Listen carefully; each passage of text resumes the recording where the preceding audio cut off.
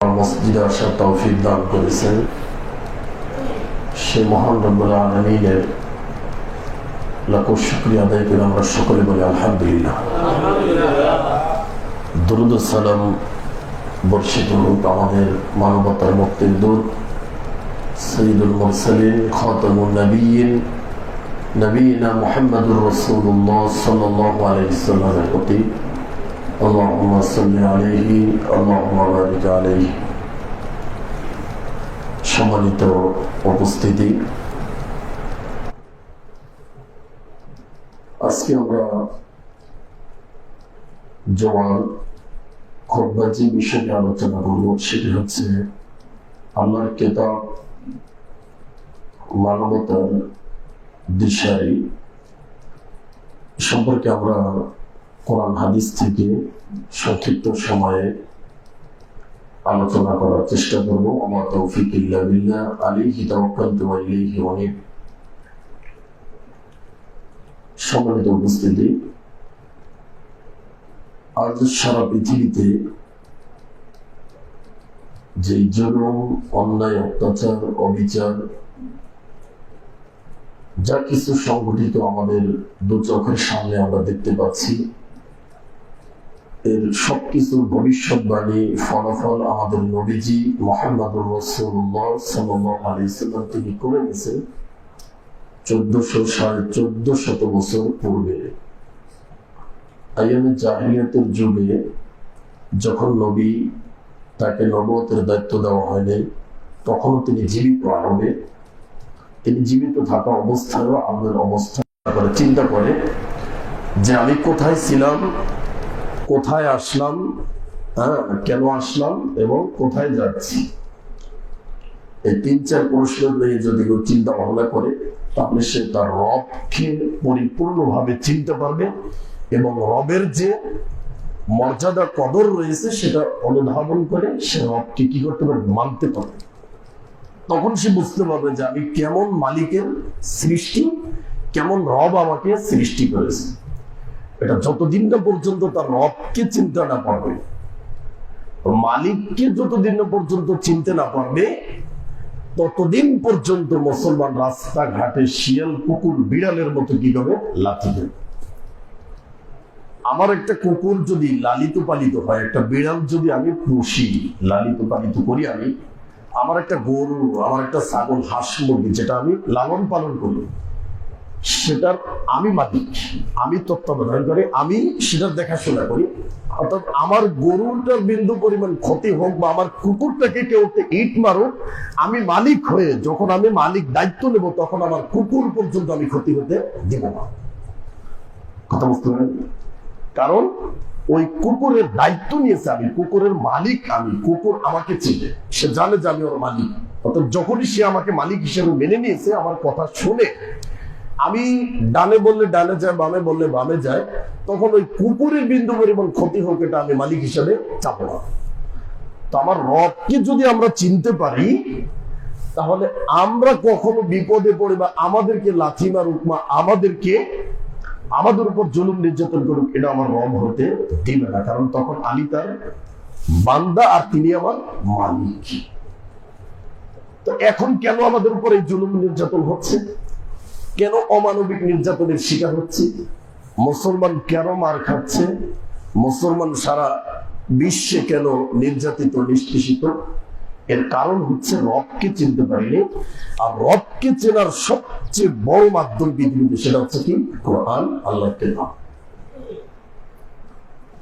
নবী মুহাম্মদুর রাসূলুল্লাহ সাল্লাল্লাহু আলাইহি ওয়াসাল্লামের যত সাহাবী পৃথিবীতে আসছে, এ পর্যন্ত কোন ইতিহাসবিদ বা কোন ভাষাবিদ, সাহিত্যিক প্রমাণ করতে পারবে না যে রাসূলের যুগে বড় কোন ভার্সিটি, স্কুল বা ওই ধরনের কোন মাদ্রাসা ছিল, হসপিটাল ছিল না, এত বড় বাজারও ছিল না, মার্কেটও ছিল না, কিন্তু তারাও দিন পার করে গেছে। আর বর্তমান আমাদের কি, মানুষের থেকে আমাদের মানে চিকিৎসা ব্যবস্থা বেশি করা লাগে, হসপিটাল বেশি হয়ে গেছে মানুষের থেকে, ডাক্তার থেকে মানুষ, মানে কি বলবো যে মানুষের থেকে ডাক্তার বেশি হয়ে গেছে, হসপিটাল বেশি হয়ে গেছে, মার্কেট বেশি হয়ে গেছে, বাজার তো মোড়ে মোড়েই হচ্ছে, তাই না? আর প্রত্যেকটা বাজার দেখি আমরা পুরুষদেরকে সহযোগিতা করে কারা? নারীরা, যেটা কিয়ামতের একটা আলামত। নবীজি বলছে যে কিয়ামতের পূর্বে ব্যবসায়িক কাজে পুরুষদেরকে সহযোগিতা করবে কারা? নারীরা। হচ্ছে এটা। সম্মানিত উপস্থিতি, আমি যে কথাটা বলতে চেয়েছি সেটি হচ্ছে, প্রত্যেকটা সন্তানকে যদি আজকে আমরা, প্রত্যেকটা মা বাবার দায়িত্ব ছিল, আপনার ছেলে জজ, ব্যারিস্টার, ইঞ্জিনিয়ার হোক, সেটা আমাদের কোনো আপত্তি নেই, কিন্তু বাবা হিসেবে আপনার দায়িত্ব ছিল সর্বপ্রথম কোরআনটা হাতে দেওয়া। কোরআন যদি আপনি হাতে না দেন, তাহলে আপনি কি ভুল করছেন, যারা কোরআন হাতে দেননি সেই ভুলের খেসারত এখন তারা পাচ্ছে, যে কেন কোরআনটা হাতে দিলাম না। কারণ আরবের এত ভয়াবহ অবস্থা থেকে যদি একমাত্র কোরআন যদি সেই অন্ধকারকে দূর করে আরবের বুকে যদি বাতি জ্বালাতে পারে, তাহলে সারা বিশ্বের মানুষের কাছে এখনো সেই কোরআন বিদ্যমান রয়েছে। কেন সে অন্ধকার এখন দূর হচ্ছে? তো তারা যেভাবে কোরআন পড়েছে, তারা যেভাবে কোরআন বুঝেছে, তার ধারে কাছেও আমরা এখনো যেতে পারবো। নবীজি মুহাম্মদুর রাসূলুল্লাহ সাল্লাল্লাহু আলাইহি ওয়াসাল্লাম বিদাতের ভাষণে তিনি এই কথাটার প্রতি বেশি গুরুত্ব দিয়েছেন যে আমি তোমাদের মাঝে দুটি জিনিস ছেড়ে যাচ্ছি, যদি এই দুইটাকে তোমরা শক্তভাবে মাড়ির দাঁত দিয়ে যদি কামড়ে ধরতে পারো, পৃথিবীর কোন অপশক্তি, বিজাতীয় কোন আগ্রাসন, আধিপত্য বিস্তার মুসলমানদের উপর কখনো হতে পারবে না। সেটা কি? আল্লাহর কিতাব এবং নবীজির সুন্নাহ। আজ অধিকাংশ মানুষ কোরআন থেকে দূরে সরে গেছে, নবীজির সুন্নাহ তো চিনেই না। আবার যারাই নবীজির সুন্নাহকে চিনে না, তারাই বেশি ফকর ফকর করে যে কি আমরা বেশি সুন্নাহকে পালন করি বা মানি, অথচ তারা সুন্নাতের ধারে কাছে চলে। সুন্নাত কি জিজ্ঞেস করলে বলতেও পারবেন যে সুন্নাত কি? আপনি বলেন সুন্নাত কাকে বলে? সুন্নাত কি কাকে বলে এটা বলতে পারবেন, অথচ সুন্নাতের বিরুদ্ধে অপপ্রচার চালাচ্ছে দিনরাত 24 ঘন্টা। আল্লাহ যেন মুখে লাগাম টেনে দেয়, আর তা না হলে এই মুখ যেন এই দুনিয়াতে থেকে আল্লাহ যেন বাঁকা করে দেয়। যারা নবীজির সুন্নাহকে নিয়ে কটাক্ষ করে, ব্যঙ্গ করে, বিদ্রুপ করে, যারা সঠিক সুন্নাহ মানতে যায় তাদেরকে যারা বাধা সৃষ্টি করে, এজন্য সূরা মুহাম্মদ খুলবেন, আপনি দেখবেন শুরুতে আল্লাহ বলছেন যে আল্লাযীনা কাফারু ওয়া সাদ্দু আন সাবিলিল্লাহি আদাল্লা আমালুহুম। যারা আল্লাহর কিতাবের সাথে, রাসূলের সুন্নাহর সাথে যারা বেঈমানি করে, কুফরি করে, আর যারা মানুষকে আল্লাহর পথ থেকে বাধা দেয়, তারা পৃথিবীতে যত আমল করুক সব আমল আমি বাতিল ঘোষণা করি। চ্যালেঞ্জ করে দিয়েছে আল্লাহ। আপনি বাধা দেন ও সঙ্গে সূরা কফ 50 নম্বর সূরা 24-25 নম্বর আয়াতে আল্লাহ রাব্বুল আলামিন বলেন আল কিয়া ফি জাহান্নাম।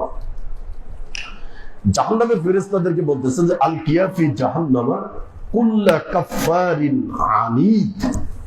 প্রত্যেক যারা কুফরি করে, যারা দ্বীনকে অস্বীকার করে, কোরআনকে অস্বীকার করে, নবীজির সুন্নাহকে যারা অস্বীকার করে, কুল্লা কাফারিন আনিদ, এবং যারা ঘাড় তেরা, এক গুইমে যারা, এদেরকে তোমরা জাহান্নামে ধরে ধরে ভরো। কে বলছে? আল্লাহ বলছে। মান্নাইল লিল খায়রি মুতাদিম মুরিব। আর যারা কোরআন সুন্নাহর পথে, যারা বলিষ্ঠ কণ্ঠে, যারা ফিরাউনের মতো, যারা আবু জাহেলের মতো, যারা বাধা হয়ে, প্রাচীর হয়ে, দেওয়াল হয়ে যারা দাঁড়িয়ে থাকে, বাধা দেয়, এদেরকেও ধরে ধরে ওই জাহান্নামে মান্নাইল লিল খায়রি, যারা কল্যাণকর কাজে। তো পৃথিবীতে কোরআন সুন্নাহ থেকে আর কল্যাণকর কার কি আছে? এখানে কোরআন সুন্নাহর আলোচনা হবে, অথচ আমি বলে দিলাম যে মসজিদে যাবেন, ওটা শিয়াদের মসজিদ। এর থেকে বড় বাধা, এর থেকে নিকৃষ্ট কাজ আর কি হতে পারে? যে মানুষটা এখানে এসে আজকে কোরআন শুনতে পেত, যে মানুষ এসে আজকে কোরআনের একটা তাফসীর শুনতে পেত, যে মানুষ এসে এখানে একটা রাসূলের হাদিস শুনতে পেত, সে আমল করতো না করতো সেটা পরের বিষয়। কিন্তু এই পথে যারা বাধা দিল, তাদেরকে কোরআন এটা বলে নাই যে মান্নাইল লিল খায়রি মুতাদিম মুরিব। সে তো অন্ধ, সে তো আপনার কানা, সে তো কানা দাজ্জালের চেয়ে নিকৃষ্ট, সে নিজেও এই পথে আসবে না, সে নিজেও কোরআন শুনবে না, সে নিজেও নবীজির হাদিসকে মানবে না, আর অন্য কোর্সে মানতে কি করবে? বাধা সৃষ্টি করবে। এজন্য আল্লাহ কি বলছে? মান্না ইল্লিল খয়র মুতাদিন মুরিদ। আরে কোরআনের আয়াত তো বসে আছে, কোরআনের আয়াত তো 1450 বছর নাজিল হয়ে আছে। তুমি দেখো না, তুমি অন্ধ, তুমি কানা খাটাস, এজন্য তো কোরআনের আয়াতের বিধান তো আর মিথ্যা হবে না। তো যেই দিন এই কোরআন এই কথা বলবে যে কোরআনে এটা লেখা ছিল, আমরা আজকে পড়ে আপনাদেরকে শোনাচ্ছি যে জাহান্নামের ফেরেশতাদেরকে বলা হচ্ছে আল কিয়াফি জাহান্নামা কুল্লু কাফারিন আনিদ মান্নাইল লিল খায়রি মুতাদিব মুরিদ। এবং যারা সীমা লঙ্ঘন করে, যারা অবাধ্য, যারা অশান্তি সৃষ্টি করে, বিশৃঙ্খলা সৃষ্টি করে সমাজে, এদেরকে ধরে ধরে ধরে জাহান্নামে বলে মুরিদ। এবং যারা চুল পরিমাণ, সুতো পরিমাণ যারা দিন সম্পর্কে, ইসলাম সম্পর্কে, কোরআন সম্পর্কে, নবীজির হাদিস সম্পর্কে চুল পরিমাণ যাদের সন্দেহ আসবে, সন্দেহ যাদের আসবে, তাদেরকেও তোমরা ধরে ধরে জাহান্নামে দাও। আয়াত তো পড়ে আছে, আয়াতের বিচার হবে একদিন, বিচারের মাঠ। আপনি বাধা সৃষ্টি করে হক বন্ধ করতে পারবেন, হক বলা আপনি ঠেকাতে পারবেন, হক শোনাও মানুষের বন্ধ করতে পারবেন। কারণ এই জমিনটা কারো বাবার নয়, এই জমিনটা একমাত্র আল্লাহ সুবহানাহু ওয়া তাআলা। ওয়ালিল্লাহি মিরাসুস সামাওয়াতি ওয়াল আরদ। আসমান জমিনের আধিপত্য, এটার মালিক, এটার ওয়ারিস শুধুমাত্র আপনার আমার রব। 2-4-5 দিনের জন্য আমাদেরকে নিশানা নির্ধারণ করে দেওয়া হয়েছে, তুমি এতটুকু খাবে, তুমি এতটুকু খাবে। দিন শেষে আপনার দাদা চলে গেছে, পরদাদা চলে গেছে, আপনার বাবা চলে গেছে, আপনিও চলে যাবেন, সবাই চলে যাবে, পৃথিবীর জায়গায় থাকবে। এটা নিয়ে কেন এত কামড়া কামড়ি, এত মারামারি আর এত কিছু কেন? অতএব হক শুনতে মানুষকে আপনি যতই বাধা দেন, হক কখনো ঘরের কোণে বসে থাকবে না। সারা বিশ্বের বুকে এই হকের দাওয়াত ছড়িয়ে পড়বে। আপনি যদি এটা শোনা থেকে বঞ্চিত থাকেন, তাহলে আপনি দুর্ভাগা, আপনি কপাল পোড়া। আপনার দরজার সামনে হেদায়েত চলে আসছে, আপনার দরজার সামনে সঠিক দিন চলে আসছে, আর সেটাকে আপনি এক ঘুইমি করে, ঘাড়তারামি করে, সেটাকে বাধা বিপন্ন করে আপনি সেটার দিকে দূরে থাকবেন। আপনি কি মনে করছেন যে পরকালের হিসাব দিতে হবে না? দাঁড়িয়ে জিনজির পরা অবস্থায়, পায়ে শিকল দিয়ে টেনে হেসড়ে মুগুরি দিয়ে পিটিয়ে তারপর আপনাকে হিসাব দিয়ে তারপর জাহান্নামে নিয়ে যাওয়া। বিচার কি এখন করবে আল্লাহ? আল্লাহকে আপনার আমার কথায় চলে যে আপনার আমার রাগ হয়েছে, আল্লাহ নেমে এসে বিচার করে দিয়ে আবার চলে যাবে, তাই নাকি? না, এত সহজ? আল্লাহ এত সহজ? তো যদি আল্লাহ এখনই বিচার করে, তাহলে আপনার পরকাল কি দরকার আছে? পরকাল কি দরকার আছে? দিন শেষ হওয়ার পরে রাত আসে, এটা সত্য। শনিবার যাওয়ার পরে রবিবার আসে, এটা সত্য। 3টা বাজার পরে 4টা বাজে, এটাও সত্য। তো দুনিয়া যেহেতু আছে, পরকাল স্বীকার করলে আপনার কিছু যায় আসে না। আমাদের এটা আল্লাহর কিছু যায় আসে। আপনি বিশ্বাস করেন না করেন, আপনি মানেন না মানেন, পরকাল আসবে। তো যদি আল্লাহ পরকালে বিচারটা না করে, দুনিয়াতেই করে, তাহলে পরকাল নামে কোনো জিনিস আল্লাহর অস্তিত্বই থাকতো না। বিচারের কোনো দরকারই ছিল না। পরকালে যে হিসাব নিকাশ হবে, এগুলোর কোনো দরকারই ছিল না। ফুলসিরাত, মিজান, জান্নাত, জাহান্নাম, কি দরকার ছিল এগুলো? তো দুনিয়াতেই শাস্তি দিয়ে শেষ করে দিত, তাই না? এটার তো দরকার ছিল। অর্থাৎ পরকাল একটা আছে, ওখানে জবাবদিহিতা করতে হবে। কে কার কানের ভিতরে অপপ্রচার চালিয়ে বাধা সৃষ্টি করেছেন, বিচার হবেই হবে ইনশাআল্লাহ। আল্লাহর জমিনে আল্লাহ সারা পৃথিবীর একটা অন্ধকার রাত্রে কালো পিপিলিকার চলাও যদি তিনি খেয়াল করে থাকেন, তাহলে আপনি কিভাবে বাধা সৃষ্টি করেছেন, এগুলো কি খেয়াল করছেন? জবাব দিতে হবে, ভয় করুন। তো বলছিলাম যে নবীজি মুহাম্মদ সাল্লাল্লাহু আলাইহি ওয়াসাল্লামকে তিনি এই ভাষণটার ভিতরে এই কথাগুলো কেন বললেন? কারণ এটা একেবারে বাস্তব নবীজির কথাটা মিলে যাচ্ছে যে মানুষ কোরআন হাদিস থেকে যত দূরে সরে পড়বে, ইসলামটা তার কাছে তত কঠিন হবে। এর জন্য একজন সাহাবী এসে জিজ্ঞেস করছে, আল্লাহর নবী, আমাদের কাছে ইসলামটা বা ইসলামের শরীয়ত বা বিধিবিধান, এটা আমাদের কাছে কঠিন মনে হচ্ছে। তো আমাদের কি এমন একটা কথা বলে দিন যেইটা আমরা সকলে মিলে একসাথে ধরবো এবং আমাদের কাছে যাতে এই বিধানগুলো হালকা হয়। সেটা কি? আল্লাহ নবী বললেন যে তোমরা তোমাদের জবানকে, তোমার জিহ্বাকে তুমি কি করবে? সবসময় আল্লাহর জিকিরে তুমি ভিজিয়ে রাখবে। আল্লাহর জিকির ভিতর সবচেয়ে বড় জিকির সেটা হচ্ছে কি? কোরআন। কোরআন তেলাওয়াত। অথচ মুসলমানের সন্তান, অধিকাংশ সন্তান আজকে কোরআন তেলাওয়াত করতে পারে, অথচ ফটফট করে ইংলিশ পড়তে পারে। তার ছেলে নাকি সে এস্টাবলিশ হয়ে গেছে, তার ছেলে সফল কাম হয়ে গেছে যে কোরআন পড়তে পারে। শুনে রাখুন, কান করে শুনে রাখুন, যারা বাবা রয়েছেন, আপনার সন্তান পৃথিবীতে যতই সফলতা অর্জন করুক, যত বড় মাপের চাকরি করুক, যত বড় ডক্টর হোক, ইঞ্জিনিয়ার হোক, ব্যারিস্টার হোক, যাই হোক, যদি তার ভিতরে ইসলাম না থাকে, ঈমান না থাকে, কোরআন না থাকে, তাহলে আপনার সন্তান থেকে মূর্খ সন্তানই পৃথিবীতে দ্বিতীয় জানা কেউ হবে। আর যার ভিতর কোরআন আছে, তার টাকা নেই, পয়সা নেই, বাড়ি নেই, গাড়ি নেই, জনবল নেই, ক্ষমতা নেই, কিচ্ছু নেই, কিন্তু তার ভিতর কোরআন রয়েছে, তার ভিতর ইসলাম রয়েছে, ঈমান রয়েছে, নবীর প্রতি ভালোবাসা রয়েছে, আল্লাহর প্রতি দৃঢ় বিশ্বাস রয়েছে, ভালোবাসা রয়েছে, সে আল্লাহকে চিনতে পেরেছে। সারা পৃথিবী যদি কিছু সে না পায়, তাহলে পৃথিবীর ভিতর সবচেয়ে শ্রেষ্ঠ সে আপনার সন্তান। যার ভিতর কোরআন নেই, সে কিছুই নেই, সেটা মৃত ঘরের সাথে তুলনা করা হয়েছে। একটা মৃত ঘর, বিরান ভূমি, যেখানে কোনো আবাদ হয় না, সেই জমিটার কি মূল্য থাকতে পারে? অতএব আপনার সন্তানের মূল্য দুনিয়ার মানুষের কাছে হতে পারে, কিন্তু আল্লাহর কাছে এক চুল পরিমাণ নেই। অতএব যে কোনো মূল্যে, যে কোনো অবস্থায়, যে পরিস্থিতিতে আমরা থাকি, যদি সন্তানের হাতে, সন্তানের ভবিষ্যৎ যদি সফলতা চান, দুনিয়া এবং আখিরাতে, তারা চালাক তো তারাই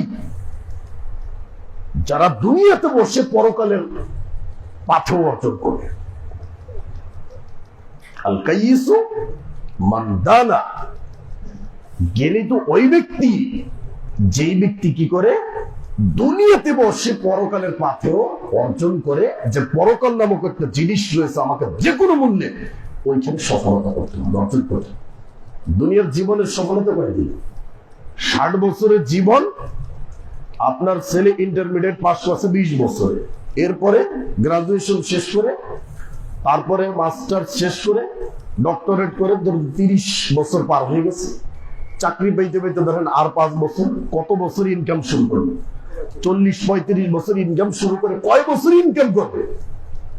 তো 5-10 বছর চাকরি করে এত কোটি টাকার মালিক হয় কিভাবে আপনার সন্তান? আর সেই টাকা এনে খেয়ে আপনি হজ করতে চান? লজ্জা শরম নাই আপনার? যে আপনার সন্তান কিভাবে ইনকাম করে? একটাবার জিজ্ঞেস করছেন যে এই বাবা, তুমি যে এত টাকা ইনকাম করো, তুমি কি ঘুষ খাও, হারাম উপার্জন করো না হালাল উপার্জন করো? বাবা চেয়ারে বসে আপনি খাচ্ছেন, হিসাব দিতে হবে আপনাকে। হজ করতে যান, এই হজ কবুল হবে? আপনার সন্তানকে শিখিয়েছেন আপনি কিভাবে বাটপাড়ি করে খেতে হবে, কিভাবে হারাম খেতে হবে, কিভাবে মানুষের জোর করে ছিনিয়ে খেতে হবে, এটা শিক্ষা দিয়েছেন। তাহলে আপনি একদম কাপুরুষ বাবা, মূর্খ নির্লজ্জ বাবা, বিচারে মাঠে আপনি সবচেয়ে অপদার্থ বাবা হিসেবে আপনি বিবেচিত হন। কি দরকার এত টাকা? আমাদের তো টাকা নেই, আমরা বেঁচে আছি না? আল্লাহ ভিতরে কোরআন দিয়েছে, আলহামদুলিল্লাহ, ভিতরে ঈমান দিয়েছে, ইসলাম দিয়েছে, রসুলের কথা বলতে পারি সাহস করে, আল্লাহর কথা সাহস করে বলতে পারি। এর থেকে বড় পাওয়ার আর কি আছে? আমার বাবা এর থেকে বড় সম্পদ আর কি দিয়ে যাবে বলে? আমাকে তো 10 বিঘা জমি দিয়ে যায়, আমাকে তো বড় ধরনের ব্যবসা প্রতিষ্ঠান দিয়ে যায়, কিন্তু কোরআন দিয়েছে আমার হাতে তুলে, এর থেকে বড় সম্পদ আর কি হতে পারে? একজন বাবা তার ছেলেকে বলছেন যে বাবা, তুমি যদি এবার পরীক্ষা ভালো রেজাল্ট করো, তাহলে আমি তোমাকে একটা কি দেবো? বাইক কিনে দেবো। বলার পরে তো ছেলের পড়ালেখা শুরু হয়ে গেছে কঠিন ভাবে। তো বাবা খুব বিচক্ষণ বাবা, খুব জ্ঞানী বাবা, তো ছেলেকে এইভাবে পাস করাইছে, পাসও করছে, খুব ভালো রেজাল্ট করছে। তো করার পরে সুন্দর বাক্সের ভিতর করে একটা প্যাকেট দিয়েছে। প্যাকেটটা হচ্ছে কিসের প্যাকেট? কোরআনের প্যাকেট। কোরআন ছিল ওটার।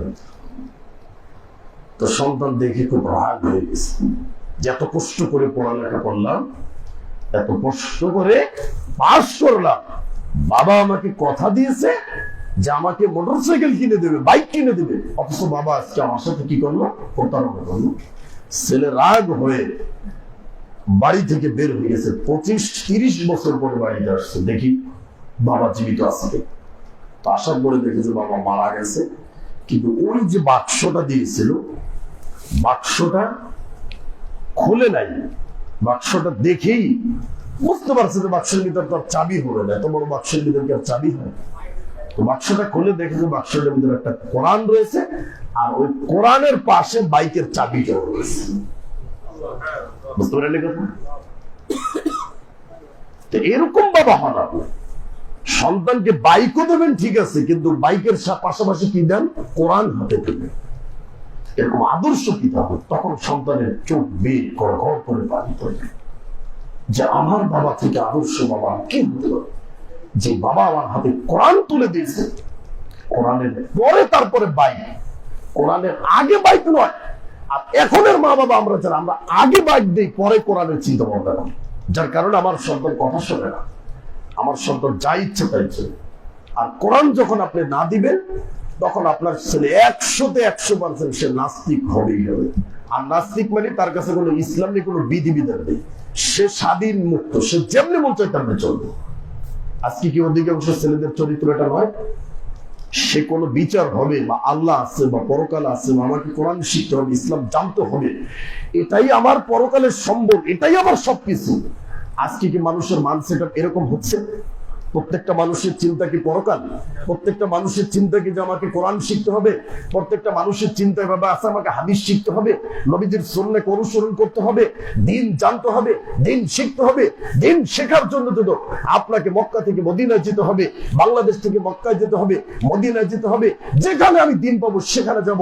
ইমাম বুখারী যেভাবে সফর করেছে, ইমাম মুসলিম যেভাবে সফর করেছে, ইমাম ইবনে তাইমিয়া যেভাবে নিজের দেশ ত্যাগ করে ইসলাম শিখেছে, আজকে আমরা একজন ব্যক্তি বলতে পারবো যে ইসলাম শেখার জন্য আমি নিজের বাড়ি এভাবে ত্যাগ করেছি? জুমার সালাত আদায় করার জন্য, জুমার সালাত আদায় করার জন্য শুক্রবারে যেই দিনে বলা হচ্ছে যখন আযান হয়ে যাবে সমস্ত কেনাবেচা বন্ধ, এটা আল্লাহর নির্দেশ।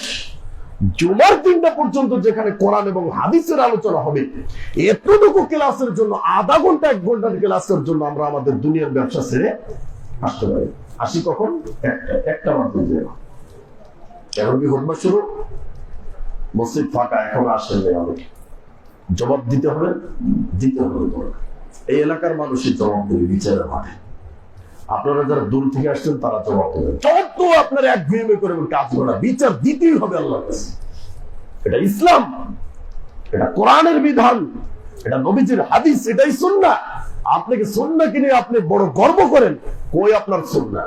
জুমার দিনে তো আজানের আগে মসজিদে চলে আসতে হবে। সে মসজিদ হানাফিও করে, আহলে হাদিসও করে, যাদের মসজিদ তো দেখেন, মেম্বার তো দেখেন, মসজিদ থেকে হাইয়া আলাস সালাহ ডাক চলে আসছে, আপনাকে মসজিদে উপস্থিত হতেই হবে। কার মসজিদ, কিসের মসজিদ, এটা দেখার বিষয় আপনার না। আপনি সুন্নাত পালন করেন, কেন আপনি সুন্নাত পালন করলেন? কি হিসাব দিবেন আল্লাহর কাছে? এজন্য নবীজি বিচারের মাঠে যে জিনিসটা বলতেছিলাম, কোরআন হাদিস থেকে মুসলমান যেই দিন দূরে সরে যাবে, সেই দিন মুসলমান রাস্তাঘাটে শিয়াল কুত্তার মতো মারা খাবে। তাই হচ্ছে কি হচ্ছে না? আর কোরআন সুন্নাহ থেকে যখন সরে যাবে, প্রত্যেকটা সন্তান সার্টিফিকেট দিলাম সে নাস্তিক হয়ে জন্ম নেবে। একটার ভিতর ঈমান থাকবে না, পরকাল বলে কিছু থাকবে না, আল্লাহ বলে কিছু চিনবে না। আপনার সন্তানের ভিতর যদি কোরআনের আলো দিতে পারেন, তাহলে সেই সন্তানের ভিতর কখনো নাস্তিক তোমার ঢুকতে পারবে না। সেটা রবকে চিনতে পারবে। কোরআন আপনার রবকে চিনাবে।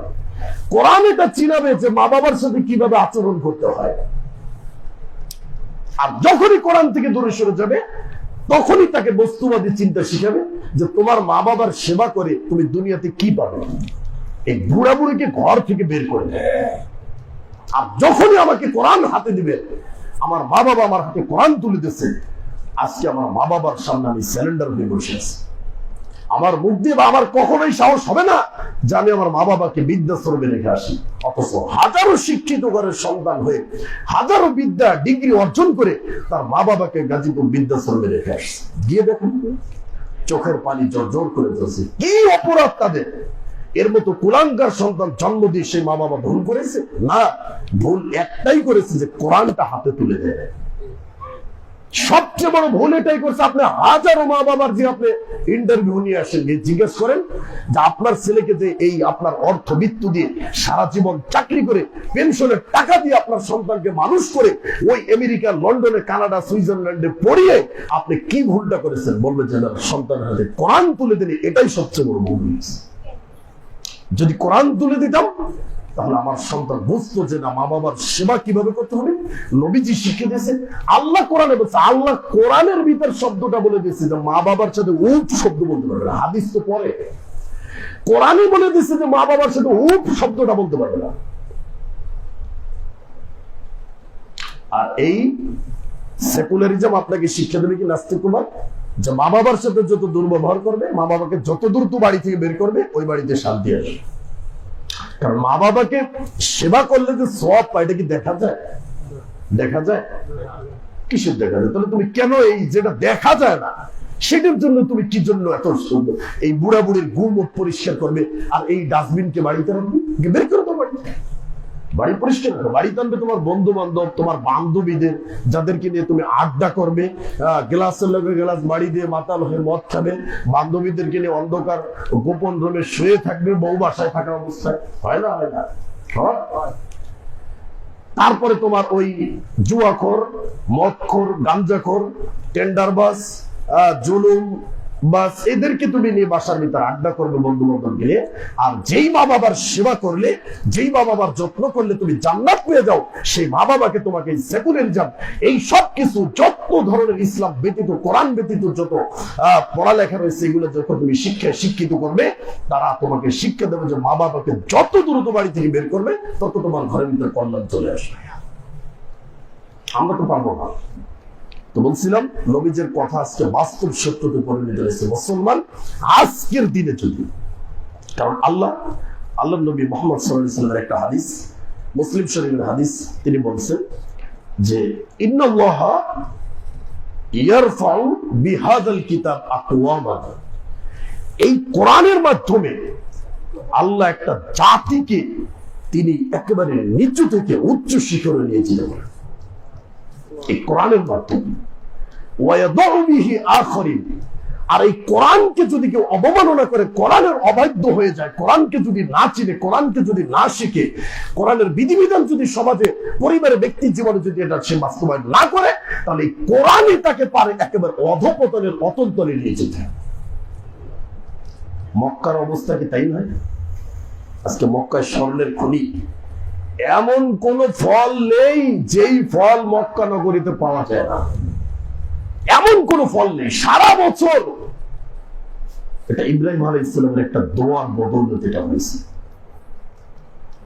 এবং যত বড় কাফের হোক, যত বড় বেঈমান হোক, কেন যেন যত অপরাধ জগতের সম্রাট হলেও তার কেন যেন মনটা চায় যে নবীজির পালে একটু ছুটে গিয়ে হজ বা ওমরাটা করে আসি, নবীজির রওজার পাশে দাঁড়িয়ে একটু বলি যে নবী, আমি উপস্থিত হয়েছি তোমার সেই ভূমি যেখানে বসে তুমি দাওয়াত দিয়েছো, যে তায়েফে তুমি মার খেয়েছো নবী, সেই জায়গাটা আমি একটু নিজের চোখে দেখবো না? টাকার বিনিময়ে, টাকা দিয়ে কি হবে? এই টাকা দিয়ে কি হবে? তো নবীর ওই রওজায়, সে মক্কা মদিনায় ছুটে যেতে এখনো হাজারো মুসলমানের সারা বিশ্ব থেকে মন চায়। কেন? নবী যেখানে শুয়ে আছে, ওখান থেকে ইসলামের প্রচার শুরু হয়েছে। সেই মক্কার এমন অবস্থা হয়েছিল, 7 বছর পর্যন্ত মক্কার মানুষ ঘাস পর্যন্ত খেয়েছে, খাবার ছিল 7 বছর। এমন দুর্ভিক্ষ হয়েছিল, এমন দুর্ভিক্ষ দেখা দিয়েছিল নবীজির বদদোয়ায়। তারপরে আবার কাফের মুশরিকরা নবীজির কাছে এসে যখন দোয়া করতে বলে, নবীজির দোয়ার বদৌলতে আজকে দেখেন মক্কা নগরীতে তারপর থেকে কোনোদিন খাবারের এখন পর্যন্ত অভাব দেখা দেয় দিবে না। একটা জিনিস মনে রাখবেন, কোরআনের একটা আয়াত আছে,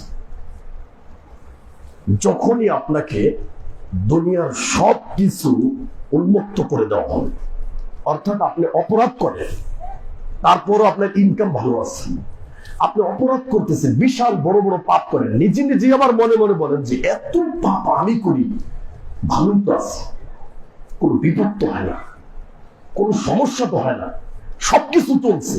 মনে রাখবেন, এটা কোরআনের একটা আয়াত অনুবাদ করছে। যখন এই অবস্থা হবে যে সবকিছু সুন্দরভাবে চলে, কোনো বাধার সম্মুখীন হন না, অথচ আপনি কোরআন থেকে দূরে, হাদিস থেকে দূরে, ইসলাম থেকে দূরে, ঈমান থেকে দূরে, সবকিছু থেকে দূরে, এর বিপরীতে আপনার ইসলামের বিরুদ্ধে সবার আগে, ইসলাম বিদ্বেষী, ইসলামের চরম শত্রু আপনি, তারপরেও আল্লাহ আপনাকে ভালো রাখছে। এর মানে আপনাকে বুঝতে হবে এই যে ঢিল দেওয়া আল্লাহ আপনাকে সুযোগ দিয়েছে, এর মানে আল্লাহ আপনাকে এমন ভাবে ধরবে, সানাস্তাদরিজুহুম মিন হাইসু লা ইয়ালাম।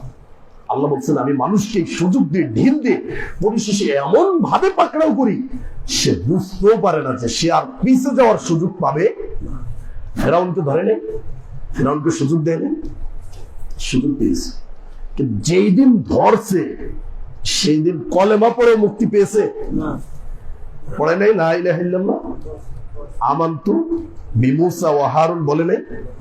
বলছে আল্লাহ কি বলছে, আল আন বলছে ফেরাউন এখন, এখন তুমি ঈমান আনো, অকদ আসাইতা ক্বাবলা ওয়া কুনতু মিনাল মুফসিদিন।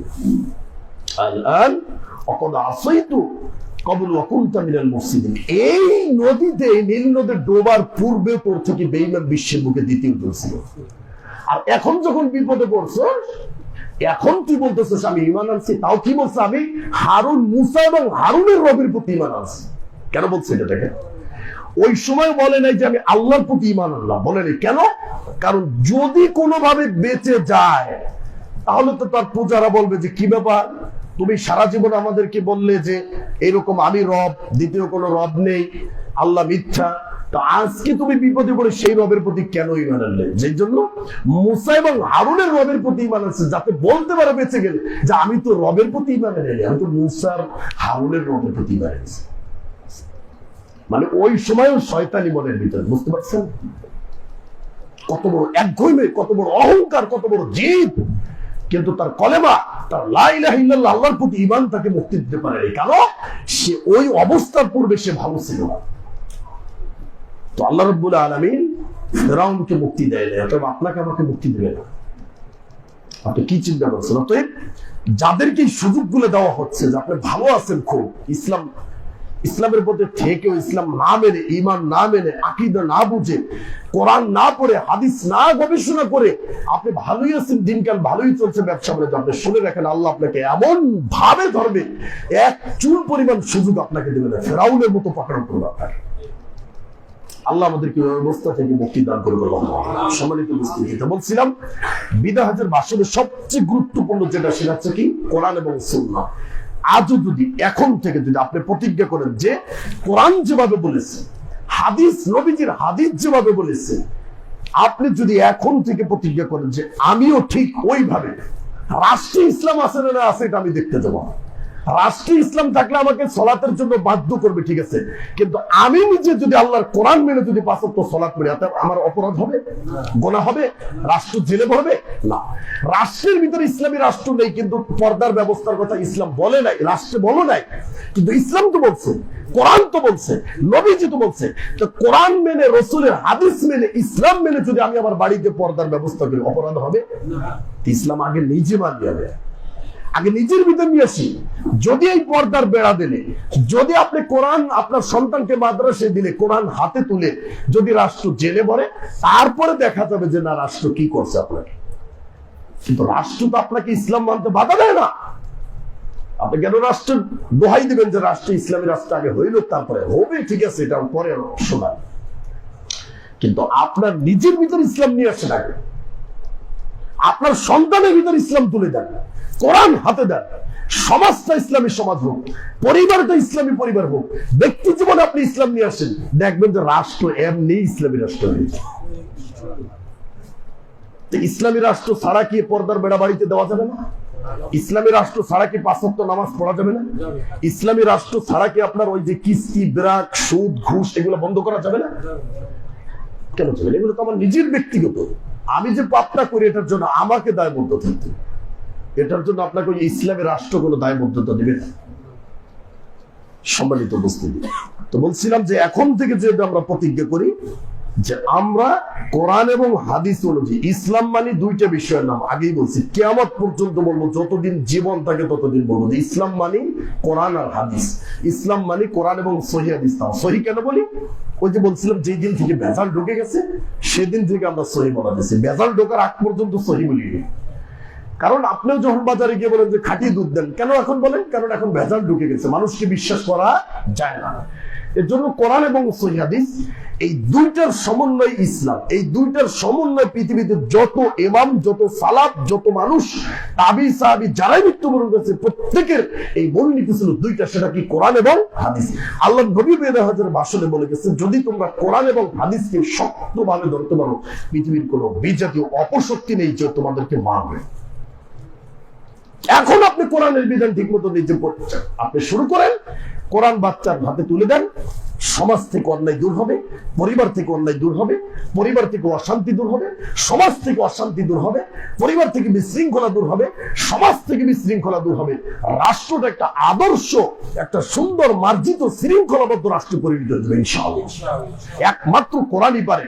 আইয়ামে জাহিলিয়াতের যুগে নবী মুহাম্মদ সাল্লাল্লাহু আলাইহি ওয়াসাল্লামের ইসলাম অর্থাৎ নবুয়ত কোরআন দেওয়ার পূর্বে আরবের অবস্থা যেভাবে অন্ধকার ছিল, সেই অন্ধকার যদি এই কোরআনে দূর করতে পারে, আজও আমরা চ্যালেঞ্জ করে বলতে পারি, এই কোরআন যদি আমরা প্রত্যেকে শিখি, আমার বাচ্চাকে আমি শিখাই, কোরআন যদি নিজের ঘরের ভিতর চর্চা হয়, কোরআন যদি সমাজের চর্চা হয়, কোরআন যদি রাষ্ট্রের চর্চা হয়, এখনো আমরা গ্যারান্টি দিয়ে চ্যালেঞ্জ করে বলতে পারি যে ওই সময় আরব থেকে যেভাবে সমস্ত অন্যায়, অত্যাচার, জুলুম, নিপীড়ন, সবকিছু মারামারি, রাহাজানি, কাটাকাটি, হত্যা, গুম, খুন, ধর্ষণ, সবকিছু যেভাবে রাতারাতি দূর হয়ে গেছে, এখনো যদি কোরআনকে আমরা নিজে শিখি, বাচ্চাকে শিখাই, কোরআনের বিধান অনুযায়ী নিজে পরিচালিত হই, এখনো সমাজ থেকে অন্যায় দূর হতে বাধ্য হবে ইনশাআল্লাহ। অতএব মানুষের দোষ দিয়ে কোনো লাভ নেই। আমি কোরআন শিখবো, কোরআনের প্রচার করব, কোরআন মানুষের কাছে পৌঁছে দেব, কোরআন যাতে মানুষ শিখতে পারে সেই পথকে আমরা সুগম করে দেব, কোরআনের জন্য বাচ্চাদেরকে আমরা একত্রিত করে দেব, কোরআনের জন্য যেখানে মাদ্রাসা আছে সেখানে মাদ্রাসায় ছাত্র আমরা দিব, নিজের সন্তান দেব, অপরের সন্তান দিতে আমরা সহযোগিতা করব। ওয়াতাআওয়ানু আলাল বিররি ওয়াত তাকওয়া, পরস্পর পরস্পরে ভালো কাজের সহযোগিতা করবে। আমরা বাধা সৃষ্টি করব না যে না ওখানে এটা, ওখানে ওটা, ওখানে পড়া যাবে না, এই ধরনের বাধা সৃষ্টি করে না। বিচারের মাঠে দাঁড়িয়ে আপনার কাছ থেকে জবাব নেব।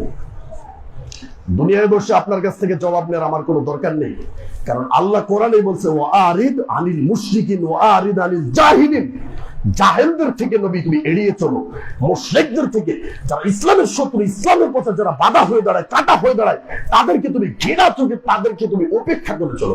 আমরাও আপনাদেরকে উপেক্ষা করে চললাম, কিন্তু বিচার আপনার কাছ থেকে বিচারে মাঠে দেবে, এই জবাব বিচারের মাঠে দিতে হবে। কেন একজন মানুষকে মসজিদ আসতে বাধা দিবেন? কেন একজন মানুষকে কোরআন হাদিস শুনতে আপনি বাধা দিবেন? আপনি কে?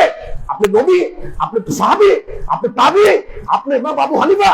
আপনি ইমাম মালিক, আহমদ বিন হাম্বল, ইমাম শাফি? আপনি কেউ না। আপনি সমাজের সবচেয়ে নিকৃষ্ট ব্যক্তি, আপনি কেন বাধা দিবেন? কি অধিকার আপনার রয়েছে? এর জবাব আপনার কাছ থেকে আমরা নিব বিচারের মাঠে। আজ আমাদের আলোচনা শুনলে, কোরআন হাদিস থেকে আলোচনা শুনলে দুই একজন মানুষের অবশ্যই ফায়দা হইলেও হতো, ঠিক কিনা বলে? কিন্তু যারা বাধা সৃষ্টি করে এগুলো বাধা দিচ্ছেন, সাবধান হয়ে যান। আল্লাহর গজব যেদিন নেমে আসবে সেই দিন আপনি দৌড়ে পালিয়ে যেতে পারবেন না ইনশাআল্লাহ। এই কোরআন হাদিস শোনা থেকে মানুষকে বাধা সৃষ্টি করবেন না। সমাজের ভিতরে অশান্তি সৃষ্টি আমরা চাই না।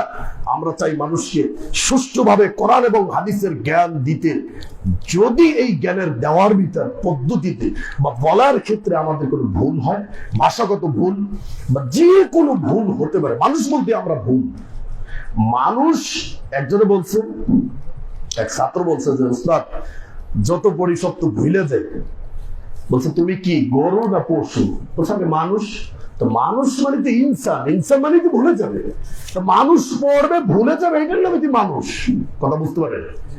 যে ভুল করে সেই তো মানুষ, ভুল করে যে সেই তো মানুষ, ভুল যে করে না সে তো মানুষ না, সে তো গরু পশু। ইনসান মানে কি? ভুলে যাওয়া ধরে, ভুলকারী যে ভুলে যায়। তা মানুষ আমাদের কি বলে? ইনসান বলে না? ইনসান মানে ভুল করবে, মানুষ ভুলে যাবে, এটাই স্বাভাবিক। উনি একটা সুন্দর উদাহরণ দিচ্ছে, বলছে শোনো, তুমি যখন খেজুর গালের ভিতরে দাও, খেজুরটা চাবাও না? বলছে হ্যাঁ। তখন কি মিষ্টি লাগে না? বলছে হ্যাঁ মিষ্টি লাগে। তো ওই মিষ্টিটা কি সবসময় লাগে নাকি যখন খাইছি তখন লাগে? বলছে যখন খাইছি তখন লাগে। তো এর মানে কি, তুমি যে খেজুরটা খাইলা শুধু যে মিষ্টি লাগলো এটাই কি শেষ? নাকি ওই খেজুরটা তোমার ভিতর গিয়ে একটা প্রতিক্রিয়া সৃষ্টি করবে, শক্তি বাড়াবে, তোমাকে উদ্যমী করে তুলবে? কোনটা? বলছে না, খেজুরটা পেটে যাওয়ার পর আমাকে শক্তিশালী করে তুলবে। তো এইটা পড়া, তোমার এই যে কোরআন নিয়ে গবেষণা করা, হাদিস নিয়ে গবেষণা তোমাকে করতে হবে, পড়তে হবে। পড়ার সময় তোমার মনে হবে যে আমি কি পড়ি, মনে থাকে না, মনে ভুলে যায়। কিন্তু এটা ভিতরে গিয়ে তোমাকে আদর্শ মানুষ হিসেবে তোমায় তৈরি করে দেবে ইনশাআল্লাহ। নিজে পড়ুন, সন্তানকে পড়ান, বাড়িতে তালিমের ব্যবস্থা করুন, পর্দার ব্যবস্থা যে কোনো মূল্যে করতে হবে। আমাদের মা বোনরা যেভাবে চলে, এখনো পর্দার আলোচনা আমরা করবো না, মসজিদটা হোক মহিলা মসজিদ, তারপর আমরা আলোচনাগুলো নিয়ে আসবো। এখন বললে তো আপনারা তো পর্দা করবেন না, তাই না? পর্দা তো আপনাদের নেই, পরিবারের আছে, তাই না? সবারই পর্দা আছে, ছেলে মেয়ে সবারই পর্দা আছে। আল্লাহ আমাদেরকে দিন বোঝে, ইসলাম বোঝে, সেভাবে আমল করার তৌফিক দান করুক আল্লাহুম্মা আমিন। আমরা যেন যে কোনো মূল্যে আমাদের বাচ্চাদের হাতে আমাদের বাপদাদা যে ভুল করেছে সেই ভুল পথে যেন আমরা না যাই। আমরা আমাদের সন্তানদের হাতে কোরআন তুলে দেব, সমাজ থেকে অন্যায় দূর হবে, পরিবার থেকে দূর হবে, দেশ থেকে অন্যায় দূর হবে। আমাদের এত জুলুমের শিকার হতে হবে না।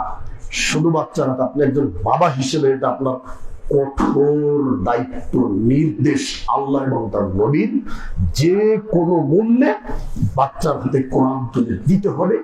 বাচ্চা যখন কোরআন শিখবে, ইসলামের বেসিক যে নলেজটা, যে নামাজ কিভাবে পড়তে হয়, নামাজের ফরজ, অজুর ফরজ, অজু কিভাবে করতে হয়, নামাজ কিভাবে পড়তে হয়, সূরা কেরাত, সবকিছু যখন কিছু মোটামুটি জানবে, সে ব্যবসা করলে কোনটা হালাল, কোনটা হারাম, কোনটা সুদ, কোনটা ঘুষ, কোনটা নেওয়া যাবে, কোনটা নেওয়া যাবে না, এই সব কিছু যখন জানবে, মা বোনরাও যখন এগুলো জানবে, তখন আপনি ডাক্তার বানান, ইঞ্জিনিয়ার বানান, জজ বানান, ব্যারিস্টার বানান, ইসলাম কোনো নিষেধ করে নাই। জন্য আপনি আবার বললেন না যে হুজুর ওয়াজ করছে যে স্কুল আর পড়ার জন্য। আমি তো বলি নাই, কিন্তু আমি বলছি বাচ্চাটা আগে কোরআন তুলে দেন। কোরআন শেখার পরে ইসলামী বেসিক যখন আপনার ভিতর, ছেলের ভিতর মজবুত হয়ে যাবে, তারপর আপনার সন্তান যে লাইনে যাক কোনো অসুবিধা নেই। আলহামদুলিল্লাহ, সেই শিক্ষার সমন্বয়ে আমরা এখানে যে মাদ্রাসা করেছি, সেই মাদ্রাসা বাংলা, ইংরেজি, আরবি, অঙ্ক সবকিছু, ক্যাডেট মাদ্রাসা বলেন, যেই মাদ্রাসাই বলেন, সব কিছুর সমন্বয়ে আপনার বাচ্চা একটা আদর্শ বাচ্চা, এবং কোরআন এবং হাদিসের জ্ঞান যাতে শুরু থেকেই হয়, এবং এখান থেকে 5 থেকে পড়ানোর পরে 6 এ ভর্তি হওয়ার পরে আপনার বাচ্চা 6 এ ভর্তি হবে স্কুলে, কোনো সমস্যা নেই, সে ইংলিশও পারবে, অঙ্কও পারবে, আরবিও পারবে, কোরআনও পড়তে পারবে। এর থেকে সুন্দর ব্যবস্থা কি হতে পারে? ইনশাআল্লাহ আপনারা দোয়া করেন, আল্লাহ এই প্রতিষ্ঠানকে কবুল করুক, আল্লাহুম্মা আমিন। প্রতিষ্ঠানের জন্য যারা শ্রম দিচ্ছে, যারা অর্থ দিচ্ছেন, সহযোগিতা করছেন, আল্লাহ যেন সবার এই শ্রম সহযোগিতাকে কবুল করেন, আল্লাহুম্মা আমিন। ওয়া আখিরু দাওয়ানা আলহামদুলিল্লাহি রাব্বিল আলামিন। আলহামদুলিল্লাহি রাব্বিল আলামিন ওয়াল আকিবাতু লিল মুত্তাকিন ওয়াসসালাতু ওয়াসসালামু আলা রাসূলিহিল কারীম আম্মা বা'দ। ফাউযু বিল্লাহি মিনাশ শাইতানির রাজিম। বিসমিল্লাহির রহমানির রহিম। সম্মানিত দিনী ভাইরা আমার, আমি আপনাদের সামনে একটা অনুরোধই করব, যারা আমাদের খুতবাগুলো শুনেন, একটু শুক্রবারে আপনারা আগে আসার চেষ্টা করেন, এটা আমার বিনীত অনুরোধ। যদি আপনারা যা বলেন যে একটু আগে আসার জন্য, আপনি আমাদের কাছে এইটা করতে হবে, আমি আপনাদের জন্য সেটা করার জন্য রাজি আছি। কিন্তু আমি চাই যে আপনারা যতজনই আসেন, এটা এমন না যে খিচুড়ি দিলে আমরা বেশি আসবো, না দিলে কম আসবো, এটা না। আর কম সংখ্যক মানে যে আপনার সঠিক মতো নয়, এটাও নয়। 2 জন আসলে খুতবা হবে, সমস্যা নেই, কিন্তু আপনি যেন এই আলোচনাটা থেকে বঞ্চিত না হন। আমি আশা করি যে আপনি লাগাতার এখানে আলোচনাগুলো শুনেন, আপনার জীবনের জন্য একটা ভালো মাইল ফলক তৈরি হবে, আমি আশাবাদী। ইনশাআল্লাহ প্রতি সপ্তাহে আপনি 12টা 15 10-এর ভিতর চলে আসে। শুক্রবারে তো আসলে একটা মুসলমানদের যে ঈদের দিন বা একটা আনন্দের দিন, এটা বাস্তব। শুক্রবারে বিভিন্ন জিনিস আপনার পয় পরিষ্কার হয়ে, আগে আগে মেসওয়াক করে, নতুন কাপড়টা পরে, একটু তেল, সুরমা, আতর, খুশবু মেখে আগে আগে মসজিদে চলে আসবেন। এটাই তো মুসলমানদের আনন্দের দিনই তো। আর যারা মুসলিম না, ওরা তো ওই যখন 1টা বাজবে তখন বলবে টাস থেকে উঠছে মাত্র, দাবা থেকে, দোকানে এখন 1টা বেজে গেছে, এখন দোকান বন্ধ করতে, আজকে শুক্রবার। এটা তো মুসলমান না, ও তো দুনিয়ার ধান্দায় আছে। অতএব আপনারা যারা পরকালমুখী, পরকালের ধান্দা আছেন, তাদেরকে একটু অনুরোধ করি, আপনাদেরকে বিশেষ অনুরোধ, যে আপনারা এখানে যারাই আসছেন, যে কয়জন আসছেন, আলহামদুলিল্লাহ, আল্লাহর কাছে আপনাদের জন্য মন থেকে দোয়া করে, আল্লাহ যেন আপনাদেরকে কবুল করে, আল্লাহুম্মা আমিন। আপনাদের সন্তানদেরকে যেন আল্লাহ ইসলামের উপর কবুল করে, আল্লাহুম্মা আমিন। ইসলামের যে জ্ঞান, ইসলামের যে আলো, নূর আপনাদের সন্তানদের ভিতর, পরিবারের ভিতর, আপনাদের ভিতর যদি নূর আল্লাহ রাব্বুল আলামিন ঢুকিয়ে দেন, আল্লাহুম্মা আমিন।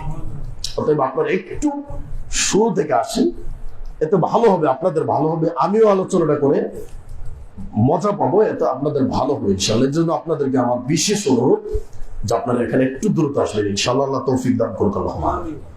আর আমি আগেই বলিনি যে আমার কথা বা ভাষায় বা আলোচনায় অনেক সময় আওয়াজ উঁচু হয় নিচু হয়, এটা মানুষের একটা বৈশিষ্ট্য। এটা আগেই তো বলছি যে মানুষ মানেই ভুল।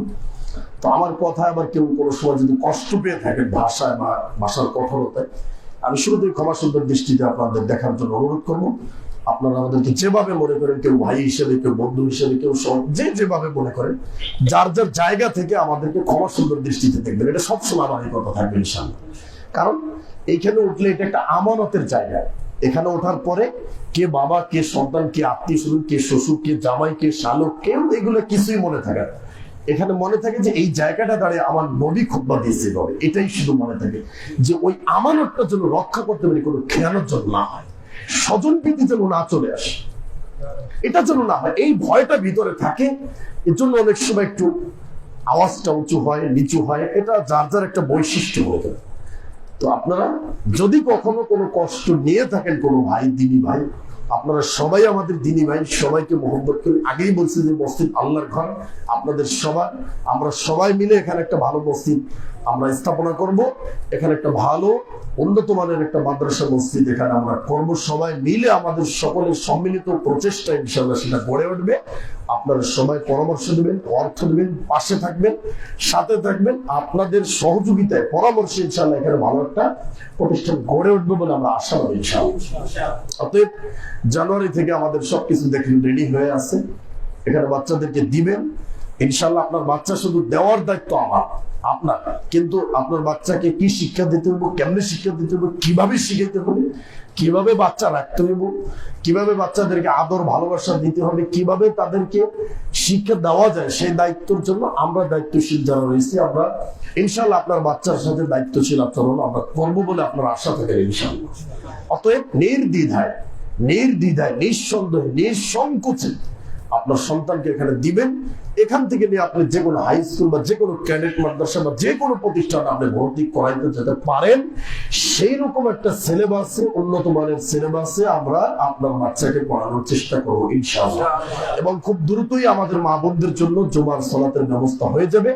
তার জন্য আপনারা সহযোগিতাও করবেন এবং দোয়াও করবেন যে আমাদের মা বোন যারা রয়েছে তারা যাতে ইসলামটাকে শিখতে পারে এখানে এসে আমাদের পাশাপাশি। সেই দোয়া, সেই দাবি আপনাদের কাছে রাখছি এবং এটার জন্য যা কিছু করা দরকার আপনারা একটু সহযোগিতা করবেন এবং পাশাপাশি দোয়াটা থেকে বঞ্চিত করবেন না আমাদেরকে। সবাই একটু মন খুলে দোয়া করবেন, আল্লাহ যেন এই প্রতিষ্ঠানকে কবুল করে। আপনাদের সবার জন্য দোয়া করি, আল্লাহ রাব্বুল আলামিন আমাদের সবার ভুল ত্রুটি ক্ষমা করুন, আল্লাহুম্মা আমিন। আমরা জানি যে বাংলাদেশের ভিতরে একটা অস্থিতিশীল অবস্থা চলছে বর্তমান। আমাদের একজন ভাই আপনারা জেনেছেন দীর্ঘদিন এক সপ্তাহ যাবৎ গুলিবিদ্ধ হওয়ার পরে গতকালকে হয়তো মারা গেছে শরীফ ওসমান হাদি ভাই। তো শহীদ শরীফ ওসমান হাদি ভাইয়ের জন্য আমরা দোয়া করি, আল্লাহ রাব্বুল আলামিন তার জীবনের সমস্ত ভুল ত্রুটি ক্ষমা করে আল্লাহ রাব্বুল আলামিন যেন তাকে শাহাদাতের মর্যাদায় উন্নীত করা হয়। শহীদরা যেভাবে জান্নাতের ভিতরে পাখির ডানা দিয়ে উড়ে বেড়ায়, আল্লাহ যেন আমাদের এই ওসমান হাদি ভাইকে জান্নাতের ভিতর সেই পাখির ডানায় ঘুরে বেড়ানোর কবুল করে আল্লাহ। তার পরিবার পরিজন, সন্তান, আত্মীয় স্বজন যারা রয়েছে তাদেরকে যেন আল্লাহ রাব্বুল আলামিন ধৈর্যের উপর অটল রাখে, আল্লাহুম্মা আমিন। তার সন্তান রয়েছে, আল্লাহ যেন তার সন্তানকে আদর্শ সন্তান হিসেবে কবুল করে, আল্লাহুম্মা আমিন। ইসলামের উপর বড় করে, আল্লাহুম্মা আমিন। তার স্ত্রী, মা বাপ যারা রয়েছে তাদেরকে যেন আল্লাহ ধৈর্য ধারণ করার মতো দৃঢ় ধৈর্য আল্লাহ দান করে, আল্লাহুম্মা আমিন। আরো যারা এরকম ওসমান হাদির মতো এই ভারতীয় আগ্রাসন আধিপত্যের বিরুদ্ধে, যারা বিজাতীয় শত্রুর বিরুদ্ধে যারা আমাদের যুবক ভাইয়েরা আজকে বুক পেতে তাজা রক্ত দিচ্ছে, আল্লাহ যেন এই সমস্ত ভাইদেরকে সমস্ত চক্রান্ত, ষড়যন্ত্র, সমস্ত রকমের এই ধরনের গভীর ষড়যন্ত্র থেকে, এই ধরনের হত্যা থেকে, গুম থেকে, জুলুম নির্যাতন থেকে আমাদের এই ভাইদেরকে যেন আল্লাহ হেফাজত করে। আল্লাহ বাংলাদেশ যেন বাংলাদেশই থাকে, বাংলাদেশ যেন ভারতের হাতে চলে না যায়, এজন্য আমরা আমাদের যার যার জায়গা থেকে আমরা অন্তত প্রতিবাদ যদি নাও করতে পারি, আমরা অন্তত দোয়াটা তো করতে পারবো যে আল্লাহ আমাদের এই বাংলাদেশ যাদের রক্তের বিনিময়ে শহীদ হয়ে এই বাংলাদেশ আমরা স্বাধীন করেছি, স্বাধীন রাষ্ট্র হিসেবে পেয়েছি, তাদের জন্য আমরা দোয়া করি। এবং বর্তমানে যারা এই দেশের জন্য জীবন দিচ্ছে সবার জন্য আমরা দোয়া করি, আল্লাহ এই সমস্ত শহীদের বিনিময়ে, এই সমস্ত শহীদের রক্তের বিনিময়ে আমরা এত সুন্দর রাষ্ট্র পেয়েছি, আমরা যদি এটা ধরে রাখতে পারি, এই সমস্ত বিজাতীয় শত্রুদেরকে আল্লাহ তুমি পৃথিবী থেকে নিশ্চিহ্ন করে দাও। ইসলামের বিজয়, ইসলামের পতাকা সারা বিশ্বে তুমি পথ করে উড়ে দাও। যারা ইসলাম এবং মুসলিমদেরকে নিয়ে, যারা এই সমস্ত শহীদদেরকে নিয়ে ষড়যন্ত্র করল, আল্লাহ তুমিও তাদেরকে সাত নবক জমির এসে ধ্বংস করে দাঁড়িয়ে দাও। আদ জাতি, সামুদ জাতি, লূত আলাইহিস সালামের জাতিকে যেভাবে ধ্বংস করেছো, এই সমস্ত জাতিকে যারা মুসলিমদেরকে নিয়ে দিনরাত 24 ঘন্টা ষড়যন্ত্র করে, তাদের উপর জুলুম নির্যাতন করে, তাদের উপর কর্তৃত্ব লাভ করতে চায়, তাদেরকে তুমি এই পৃথিবীর মানচিত্রকে তুমি একেবারে মুছে নিশানা মুছে দাও, ধ্বংস করে দাও। আল্লাহ আমাদের ভাইদেরকে তুমি কবুল করো, শাহাদাতের মর্যাদা দান করো আল্লাহ, আমাদের ভুলত্রুটি ক্ষমা করো আল্লাহ। ইবাদাল্লাহ রাহিমাকুমুল্লাহ, ইন্নাল্লাহা ইয়া'মুরু বিল আদল ওয়া ইয়া'মুরু বিল আদলি ওয়াল ইহসান ওয়া ইতা'i যিল কুরবা ওয়া ইয়ানহা 'আনিল ফাহশা'i ওয়াল মুনকারি ওয়াল বাগই ইয়া'iযুকুম লা'আল্লাকুম তাযাক্কারুন ফাযকুরুনি আযকুরকুম ওয়াশকুরু লি ওয়া লা তাকফুরুন।